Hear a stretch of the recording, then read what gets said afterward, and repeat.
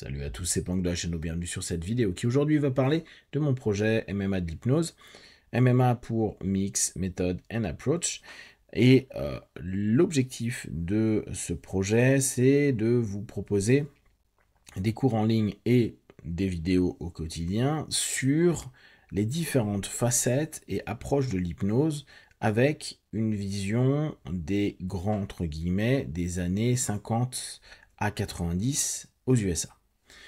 Vous le savez très certainement, l'hypnose a été créée en France, mais on a perdu après Janet une compétence qui a été mise à mal par la notion de la médecine, etc., et qui est revenue par le biais de Godin, notamment avec la nouvelle hypnose qui avait mixé de l'hypnose ericksonienne et de la PNL.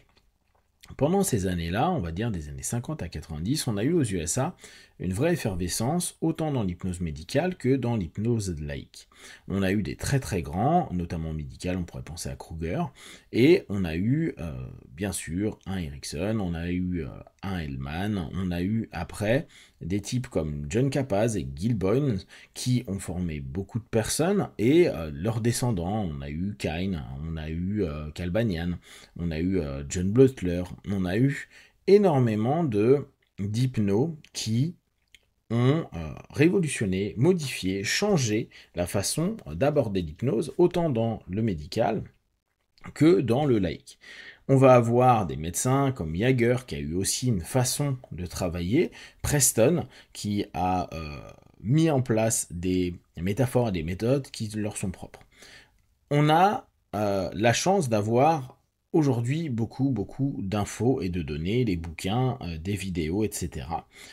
J'ai eu moi la chance d'aller me former avec beaucoup des, on va dire, héritiers des grands des années donc 50-90, avec des Kine, avec des Hellman, avec des Butler, avec des Kalbanian, avec des Georges Kapaz, etc., etc.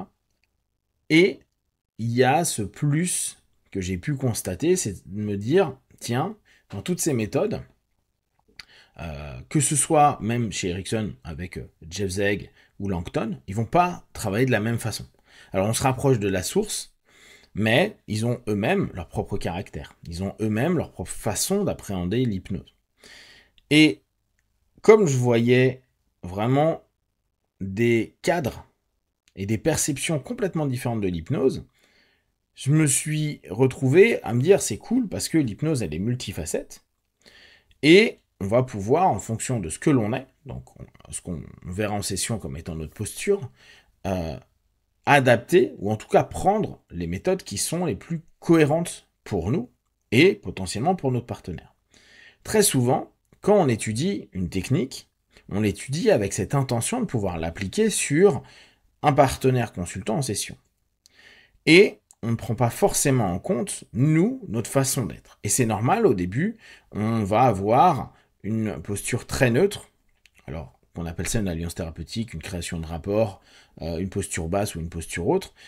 On a aujourd'hui, pour faciliter, mis un côté très rogerien, posture basse, dans la pratique de l'hypnose, et on va dire, des ensembles qui fait que la posture que vous prenez n'est pas forcément mise en avant. Le plus important est le système technique qui va amener un mieux-être de vos partenaires en session.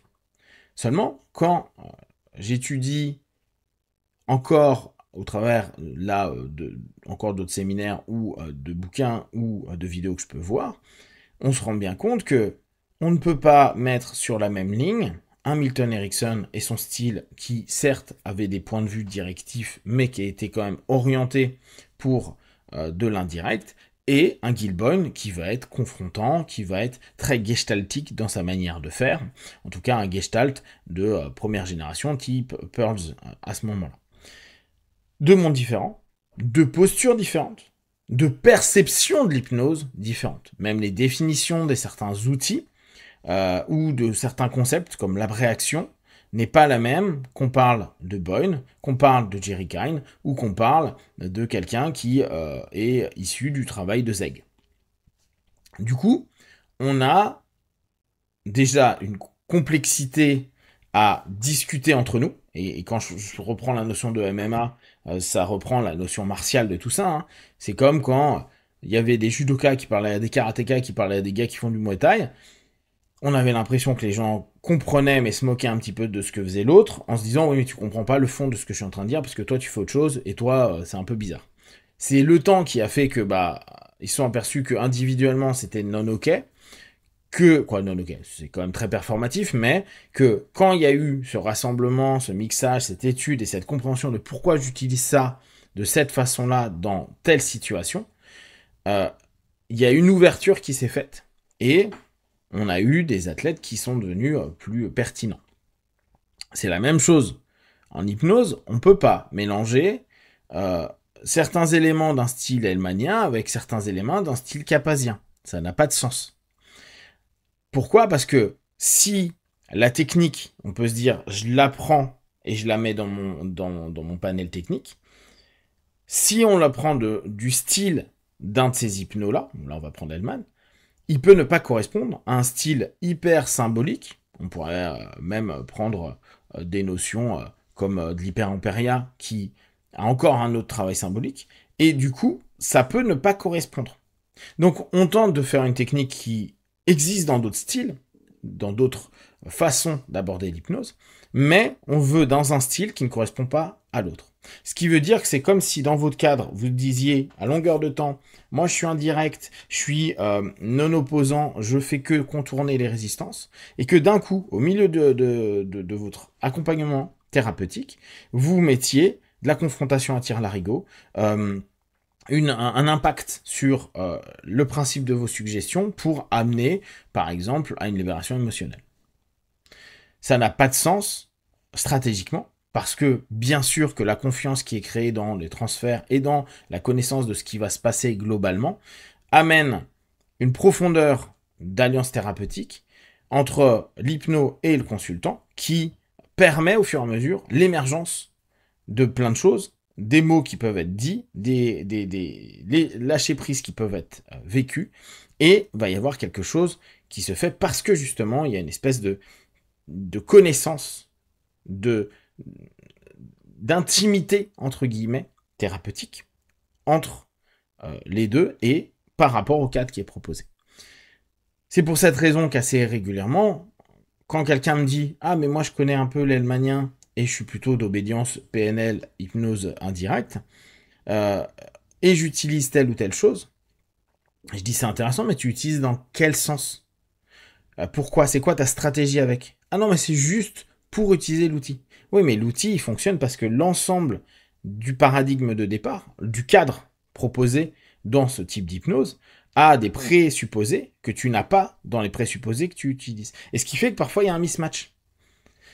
C'est pour cette raison que je me suis dit, tiens, si je reprenais, en tout cas si je tentais de reproposer les outils qu'on connaît, mais vus par les différents hypnos avec leur spécificité, en permettant de comprendre, il l'utilise parce que lui, il a ce cadre et cette posture-là, et quand tu apprends une technique, ça ne sera pas forcément que pour le partager, mais aussi pour toi, savoir si tu peux l'intégrer dans ton propre cadre de travail. Et en voyant les façons de faire de plusieurs hypnos, on peut se dire ça j'aime bien, ça me parle.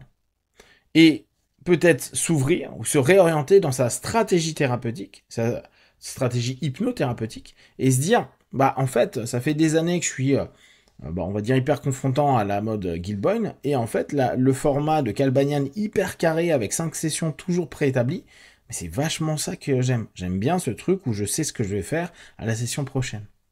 C'est moins instinctif, moins dans le ressenti, mais c'est plus carré pour moi. Et ça vous permettra peut-être de modifier, transformer, changer votre façon de travailler et d'adapter au mieux, dans un second temps, les outils, le même outil qu'on va trouver, et je vous ai déjà fait un cours là-dessus, que vous pouvez trouver sur la boutique sur Pank.one, vous avez régression à la cause, et vous allez le voir de différentes façons, ce qui va vous permettre de vous dire, ah bah oui, en fait, cette même méthode, elle n'est pas du tout abordée de la même façon, que ce soit par Banyan, ou que ce soit par Gilboyne. De même, hier, j'ai terminé un autre cours sur la libération émotionnelle. Et j'ai mis dedans, j'ai mis Karine, j'ai mis Tebets, j'ai mis Capaz, Gilboyne. Et du coup, ça permet de se dire, ah mais ouais, il y en a un, il va être hyper confrontant. Et il y en a un autre qui va être tout en douceur, tout en symbolique. Cool. Et ça permet, au fur et à mesure, de se dire, ok, il y a un ensemble de techniques. Il y a un ensemble de méthodes qui utilisent ces techniques, mais ces méthodes sont différentes. Ils vont pas avoir la même philosophie, voire même la même perception de ce qu'est l'hypnose, voire même la perception de ce que devrait amener une hypnothérapie. Ok. Et du coup, plus vous allez capter d'où ça vient, comment c'est utilisé, plus vous allez, vous, au fur et à mesure, pouvoir vous dire, dans ma stratégie thérapeutique, j'ai plutôt ça, mais en fait, je me rends compte que j'aime cette tendance-là. Modifier pour intégrer. Le tout, c'est pas de tout changer. C'est intégrer, mais en comprenant, ah ouais, si je modifie ça, par exemple, j'ai ce paradigme hyper basique que je vous ai souvent partagé, l'inconscient est tout puissant, et de l'autre côté, le subconscient s'éduque. Deux points de vue totalement différents de ceux avec quoi on va travailler. Je vais me mettre dans un état de transe où il y a une communication avec l'inconscient ou avec le subconscient. Mais s'il y en a un qui est capable de tout et l'autre qu'on doit éduquer, on va pas orienter nos suggestions de la même façon. On va pas utiliser les outils du coup de la même façon. On va pas utiliser peut-être les gestes idéomoteurs pour l'un, on va peut-être faire beaucoup parler pour l'autre, et il y a des raisons pour ça. L'objectif du MMA de l'hypnose, c'est vraiment de vous permettre, vous en tant qu'opérateur, d'apprendre de plus en plus d'un point de vue technique, d'un point de vue culturel, historique, et de la compréhension de pourquoi telle ou telle personne fonctionnait comme ça. En tout cas, pourquoi il proposait une hypnothérapie de cette façon-là. Pour que vous puissiez, vous, l'accaparer, vous le transformer, pour pas que vous fassiez de l'hypnose ericksonienne, hellmanienne, boynienne ou kalbanienne, mais que vous fassiez votre propre hypnose, mais en comprenant les tenants et les aboutissants de pourquoi vous utilisez ce style-là avec cette technique, et pourquoi cette technique qui vient d'un autre style, vous l'avez modifiée pour qu'elle corresponde à votre style, à votre cadre et à votre posture, vous en tant que praticien. En souhaitant que ça vous apporte un maximum d'éléments, je vais continuer à faire pas mal de petits cours là-dessus, je vous ferai pas mal de petites vidéos, vous n'hésitez pas à me poser des questions si j'arrive à vous faire quelque chose d'assez cohérent et simple à comprendre, j'hésiterai pas à vous le partager. Comme d'habitude de tout ce que je propose, ne prenez que ce qui est bon juste pour vous, tester, observer, analyser et conclure. Be one, ciao.